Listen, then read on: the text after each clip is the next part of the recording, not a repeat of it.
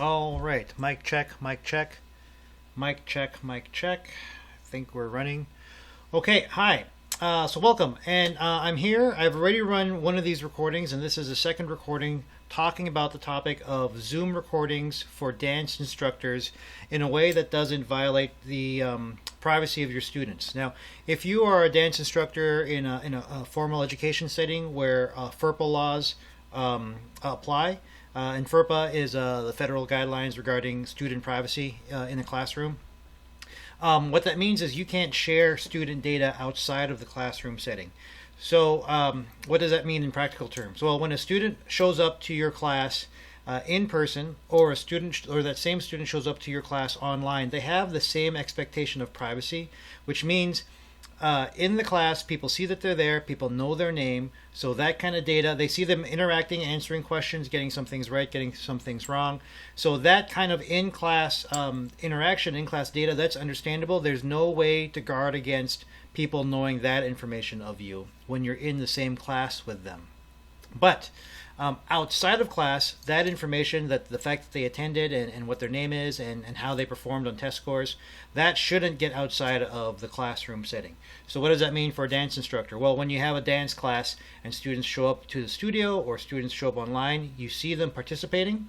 But if you're recording those classes, and maybe you want to record them so that the students can study the material on their own, that's fine. That doesn't violate anything in terms of FERPA as far as I understand it. And mind you, I'm not a lawyer, so I only know what I know from my experience in higher education. But I do know that you can have those videos you make in class that might include the students. If they're kept in class, that's not a violation of FERPA. Where it becomes a problem is when you take that video that you created in class that might have students' data in them and you move them to another class or you use them for another use. A perfect example is for dance instructors. If you've recorded yourself teaching a phrase in one class and then you decide you want to use that warm-up in another class. And so you make a recording of it, but it just so happens that there's video of your students taking that warm-up with you. Well, then you've run into problems. So what this video is, talks about how you can make recordings in Zoom without capturing your students' cameras. Now, one person might say, why not just turn off those cameras? Well, the problem with that is you lose the engagement tool. If you ask your students to turn off their cameras, if you ask them to take their names off their little video pods, then when you're engaging with them online, it's not a real kind of engagement. You don't see the nonverbal cues. You don't see how each other perform. So you really want to have the cameras on. That's a good thing. You want to have the names up there. That's a great thing. And you have that real engagement. But you want to do a recording without those being captured. Because this is a video geared towards people in the free Zoom, you're only getting local recording, which means the recordings you make go to your computer. And recordings that go to a computer, by default, they capture speaker view. So the trick is to turn on speaker view just for one person, the person that's being captured. And usually that would be the instructor. So maybe I'm going to just capture just my camera. And the way to do that is you mouse over your video pod, you click that triple dot and you click Spotlight Video, and you'll notice that your video is now the dominant video on your screen. And if I look around at the other screens that are here, I can tell that the video of me is also the dominant video on the other screens. And so that means my video is now no matter who else talks, my video is always big.